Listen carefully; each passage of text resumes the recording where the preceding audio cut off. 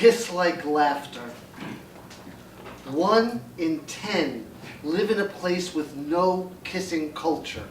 1.5 million unkissed lips, oppressively unoculated, and I grieve. Lips communicate when too close for words. Everything love can know is in each mingled breath and slip-slung tongue. Intent and pheromones, past and probability dance like the laughter that sparks eyes. I want to be the man who makes you laugh. I want to be the one to laugh for you. During delicate beginnings and like the laugh that soothes a dark heart. Okay, okay, okay, okay, in the pre-dawn ear, and the secret laugh that encircles fingers. I still we still we.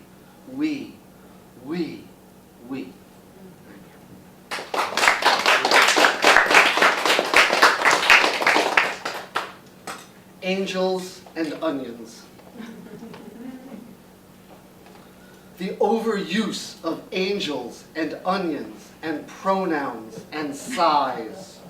The underbite of orchids braced against winds redolent, set in silk, weighed down by wing beats, undone in honey, open and shh. The overuse of angels and onions, capillary gasps and après l'escalier. The overuse of angels and onions, the overuse of angels and onions, till sense recedes and self resanes.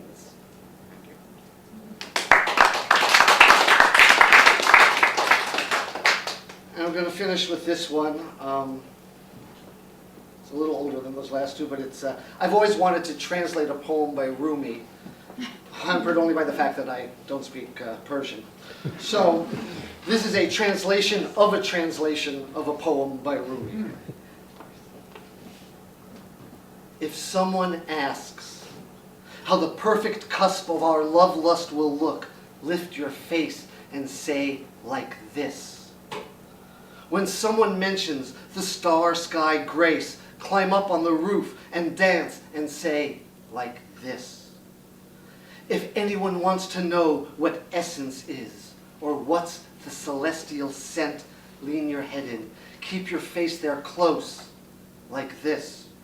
When someone seduces with an old poetic trope, with clouds gradually undraping the moon, slowly, unknot by knot, the lace of your robe, like this.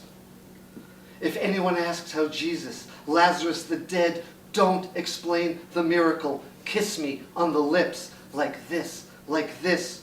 When someone questions die for love, point here. If someone asks how tall I am, frown, count the finger spans between the furrows of your forehead.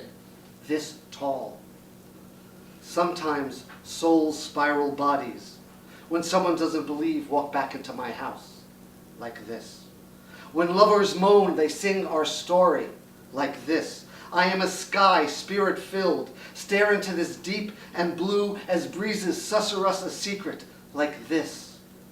When someone asks what to do, ignite the candle in his hand, like this.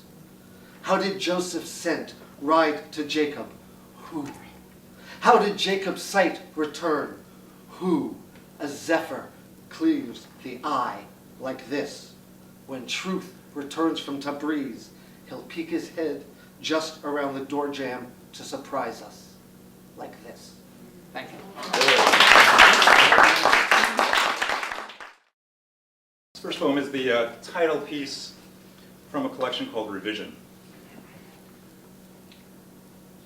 And if we retrace our steps, find a path between the mythic and the real, untangle the contradictions and the paradoxes that have filled in those austere places where the original vines and hardwoods once flourished.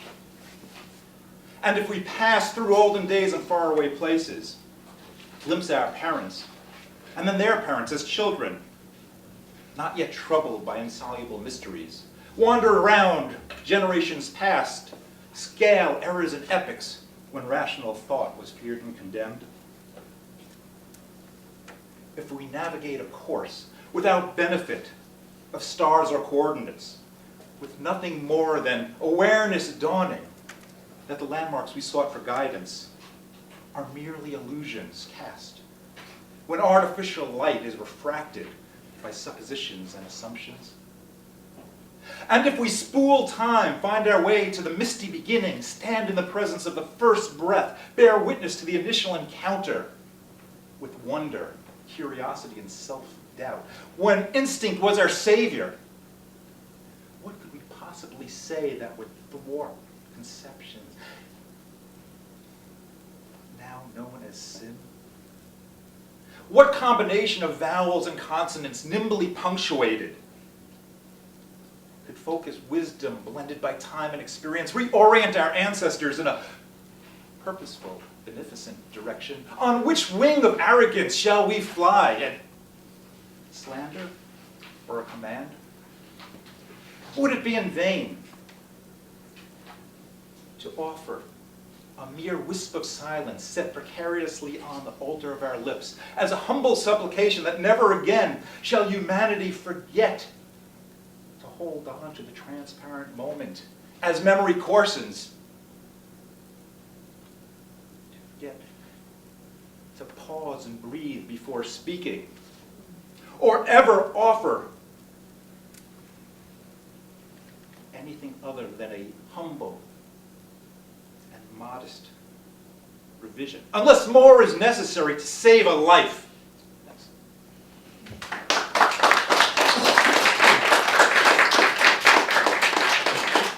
This next poem appeared a couple of years ago in the Brownstone Poets 2011 anthology. It's called The Mystery of Falling Leaves. What do they think about on the way down? Do they consider the lies they've told? The lives they've led? Revisit the justifications and rationalizations on which they've rested? Do they wonder about the comings and goings of life, the shifting in temperament, the blooming and blossoming, and the germinating and decaying? Are they most absorbed by their changing perspective while in flight? How it changes as they drift and continues to change throughout their descent? Or are they only consumed by outcomes over which they have no control, such as where it is they will finally land? Thanks.